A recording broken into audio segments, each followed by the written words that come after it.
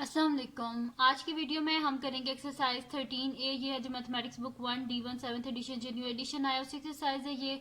और इसका हम करेंगे जी क्वेश्चन नंबर 8। इससे पहले के जो क्वेश्चन है वो मैं अपनी पिछली वीडियोस में करवा चुकी हूँ, उसका लिंक मैं डिस्क्रिप्शन में दे दूंगी, आप वहां से देख लीजिएगा।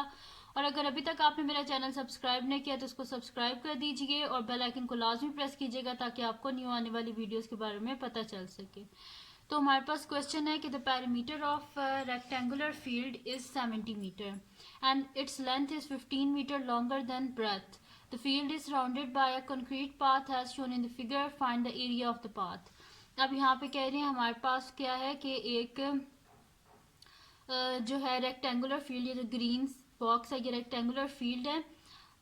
इसमें क्या है कि इसका हमारे पास पेरीमीटर है 70 मीटर, इसकी लेंथ हमारे पास क्या है 15 मीटर लॉन्गर है ब्रेथ से। ठीक है, तो लेट कर लेंगे कि ब्रेथ हमारे पास x है तो x प्लस 15 क्या हो जाएगा, हमारे पास लेंथ हो जाएगी। फिर लिखा हुआ है कि the field is surrounded bye concrete path. ये जो ब्लैक से ये जो सारा पोर्शन है ना, ये क्या है, कंक्रीट पाथ है। हमने क्या फाइंड करना है, find the area of the path. हमने ये जो कंक्रीट पाथ है इसका हमने एरिया फाइंड आउट करना है। तो इसका हम इजीली एरिया फाइंड आउट कर सकते हैं कि अगर हम क्या करें कि सबसे पहले हम ये रेक्टेंगुलर फील्ड जो है इसका एरिया फाइंड आउट करेंगे। फिर हम ये जो पूरी फिगर है यानी कि रेक्टेंगुलर फील्ड प्लस ये जो कंक्रीट पाथ है, इन दोनों का एरिया जो है हम फाइंड आउट करें और उसमें से हम रेक्टेंगुलर फील्ड का एरिया माइनस कर दें। ठीक है, या पूरी फिगर का जो एरिया होगा ना उसमें से ये रेक्टेंगुलर फील्ड का जब हम एरिया माइनस करेंगे तो हमारे पास सिर्फ ये जो पाथ है इसका एरिया आ जाएगा। ठीक है, तो सोल्यूशन स्टार्ट करते हैं। हम यहाँ पे लेट कर देते हैं कि हमारे पास ब्रेथ जो रेक्टेंगुलर फील्ड है उसकी जो ब्रेथ है वो हमारे पास क्या है, एक्स है। तो मैं यहाँ पे लिख देती हूँ सोल्यूशन, और मैं यहाँ पे लिख देती हूँ कि let the breadth of rectangular field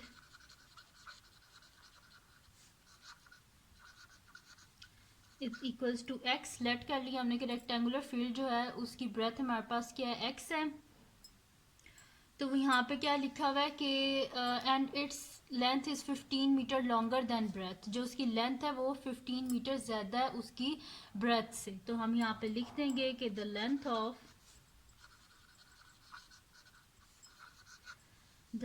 of rectangular field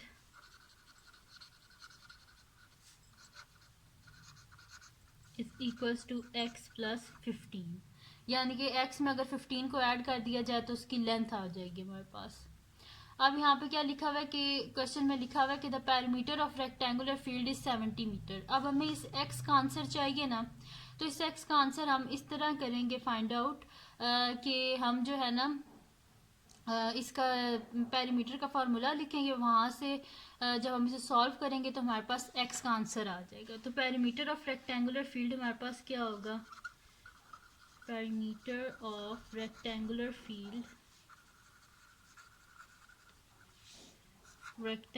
field is equals to क्या होता है, 2 टाइम्स लेंथ प्लस ब्रेथ, ये होता है हमारे पास। ठीक है, तो अब यहाँ पे पेरीमीटर क्या लिखा हुआ है, कितना है, 70 मीटर है। तो पेरीमीटर की जगह हम लिख देते हैं 70 is equals to 2 times length plus breadth. 2 times length क्या है, x है, प्लस ब्रेथ क्या है हमारे पास, इसकी ब्रेथ है हमारे पास x प्लस 15। ठीक है, तो ये हमने लिख दिया। और अब हम क्या करते हैं, इसको अंदर सॉल्व कर लेते हैं। तो ये हमारे पास आ जाएगा 70 is equals to 2 into x plus, इस ब्रैकेट को खोल देते हैं, एक्स प्लस 15। ठीक है, मैंने पहले जो है ना वो लिख दी है, लेंथ प्लस ब्रेथ था ना, तो मैंने पहले ब्रेथ की वैल्यू लिख दी है। ठीक है, ये ब्रेथ है और ये लेंथ है। ठीक है, ये ब्रेथ है और ये लेंथ है। तो कोई मसला नहीं होता कि पहले ब्रेथ लिख दो या लेंथ लिख दो, पर आपने पहले x प्लस 15 लिखना है, उसके बाद आपने लिखना है जो है ना x को लिखना है। आपने इस तरह नहीं करना, क्योंकि फिर आपकी टीचर समझेंगी कि फार्मूले में ऊपर कुछ और लिखा है नीचे कुछ और लिखती है।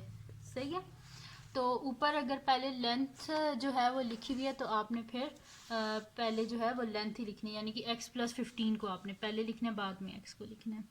तो 70 इज इक्वल्स टू 2 इंटू, इन दोनों को ऐड कर देते हैं, x प्लस एक्स क्या हो जाएगा हमारे पास, 2x प्लस 15। इस 2 को अंदर मल्टीप्लाई कर देते हैं, 70 is equals to 2 into 2 4, x plus 2 15 ज़ा 30।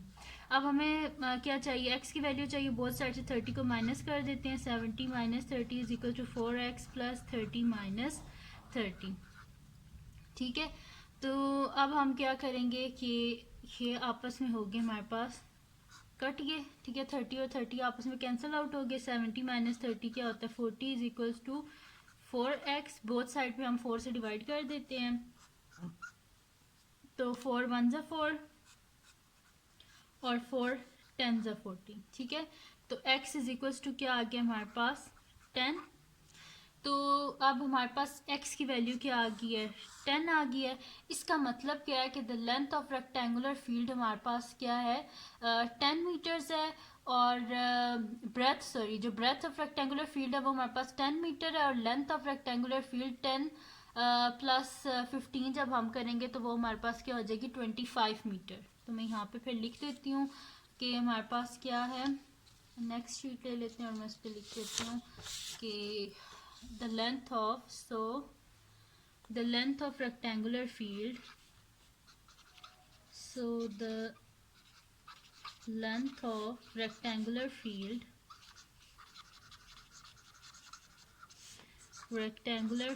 is equals to, हमारे पास क्या हो जाएगी, x प्लस 15 था ना, तो 10 plus 15 which is equals to 25 metre. ठीक है, क्योंकि मीटर में गिवन थी ना, तो हमने लिख दिया कि लेंथ ऑफ रेक्टेंगुलर फील्ड क्या 25 मीटर है, और ब्रेथ ऑफ रेक्टेंगुलर फील्ड हमारे पास क्या है, ब्रेथ ऑफ रेक्टेंगुलर फील्ड जो x है ना, x की जगह मैंने x की वैल्यू लिख दी है। x की वैल्यू क्या आई थी हमारे पास, 10 आई थी, तो मैंने वो 10 लिख दिया है। तो ब्रेथ ऑफ रेक्टेंगुलर फील्ड हमारे पास क्या हो जाएगी, इज इक्वल्स टू, यहाँ पे हम उसकी वैल्यू लिख देते हैं ब्रेथ की, और वो क्या है हमारे पास, वो है जी हमारे पास 10 है। तो मैं यहाँ पे लिख देती हूँ 10 मीटर। ठीक है, तो ब्रेथ ऑफ रेक्टेंगुलर फील्ड होगी 10 मीटर, और लेंथ क्या होगी 25 मीटर। अब हमारे पास एरिया क्या होता है, एरिया होता है लेंथ इंटू ब्रेथ। तो हम इसका एरिया फाइंड आउट कर लेते हैं। मैं यहाँ पे लिख लेती हूँ area of rectangular field is equals to length multiply by breadth. ठीक है, एरिया यही होता है ना हमारे पास, लेंथ मल्टीप्लाई बाय ब्रेथ। तो यहाँ पे हम कर लेते हैं, मैं लिख देती हूँ कि it is equals to length क्या है हमारे पास 25 metre, 25 metre multiply by breadth क्या है 10 मीटर। तो ये हमारे पास आ जाएगा 250 metre square. Area of rectangular field हमारे पास आ गया है। ठीक है, ये हमने फाइंड आउट कर लिया एरिया ऑफ रेक्टेंगुलर फील्ड। अब हम क्या करेंगे, इस पूरी जो फिगर है इसका हम एरिया फाइंड आउट करेंगे। अभी तो हमने जस्ट इतना, ये जो रेक्टेंगुलर फील्ड है इसका एरिया हमने फाइंड आउट किया है। अब हम क्या फाइंड आउट करेंगे, area of rectangular field and ये जो कंक्रीट पाथ है इन दोनों का एरिया। तो हम यहाँ पे लिख देंगे कि टोटल लेंथ भी फाइंड आउट कर लेते हैं, टोटल ब्रेथ फाइंड आउट कर लेते हैं, फिर टोटल एरिया फाइंड आउट करेंगे। तो मैं यहाँ पे लिख देती हूँ कि total length of rectangular field and concrete path. ठीक है, तो कंक्रीट पाथ की तो हमें लेंथ पता है, वो क्या है हमारे पास 25 है। और यहाँ पे देखें ये ऐसे एरो दिया हुआ है कि यहाँ से भी ये 2.5 है पाथ, और यहाँ से भी 2.5 है। तो यानी कि 25 प्लस 2.5 यहाँ से प्लस 2.5 यहाँ से, ऐसे लेंथ होती है ना। तो 2.5 प्लस 2.5 यानी कि 2 दफ़ा 2.5 हम लेंथ में ऐड करेंगे तो ये हमारे पास पूरी लेंथ हो जाएगी। ठीक है, तो मैं यहाँ पे लिख देती हूँ कि total length of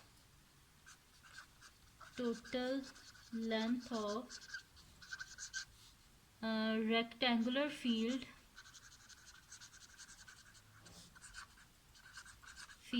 and concrete path is equals to, हमारे पास क्या हो जाएगा, लेंथ है तो लेंथ क्या आई थी जी, ये मैंने यहाँ पे लिखी थी कि लेंथ हमारे पास 25 मीटर है। तो 25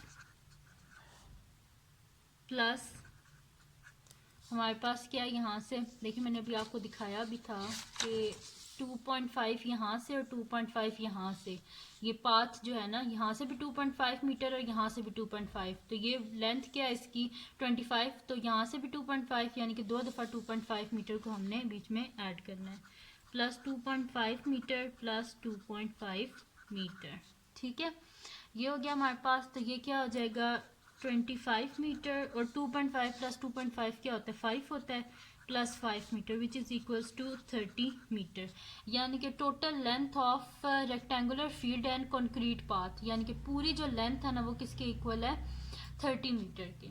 अब इसी तरह हम टोटल ब्रेथ भी फाइंड आउट कर लेते हैं, तो मैं यहाँ पे लिख देती हूँ। खाली टोटल ब्रेथ भी अगर आप लिखते हैं तो आपके टीचर को पता चल जाएगा, अगर ये साथ आप नहीं लिखना चाहते तो मैं यहाँ पे लिख देती हूँ total breadth of rectangular field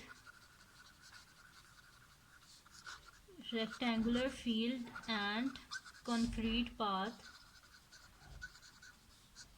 is equals to, हमारे पास लेंथ क्या आई थी 10 मीटर आई थी ना, और यहाँ पे सॉरी ब्रेथ हमारे पास 10 मीटर आई थी, और यहाँ पे क्या है ब्रेथ हमारे पास ऐसे होती है ना, यहाँ से भी 5 मीटर का है ये कंक्रीट पाथ और यहाँ से भी 5 मीटर का है, यानी कि ये वाले 5 मीटर और ये वाले 5 मीटर बीच में हमें ऐड करने पड़ेंगे। तो मैं यहाँ पे लिख देती हूँ कि 10 metre plus 5 metre plus 5 metre which is equals to 10 metre plus 10 metre which is equals to 20 metre. यानी कि टोटल जो हमारे पास इसकी ब्रेथ है वो 20 मीटर है और टोटल लेंथ कितनी है 30 मीटर है। अगर हम टोटल एरिया फाइंड आउट करें तो वो हमारे पास क्या हो जाएगा, टोटल एरिया हमारे पास हो जाएगा, हम इसको लेंथ और ब्रेथ को आपस में मल्टीप्लाई करेंगे तो ये आएगा हमारे पास। ठीक है, तो मैं यहाँ पे फिर लिख देती हूँ, नेक्स्ट शीट ले लेते हैं और उस पर मैं इसका टोटल एरिया फाइंड आउट कर लेती हूँ। सही है, तो ये हमारे पास आ जाएगा total area is equals to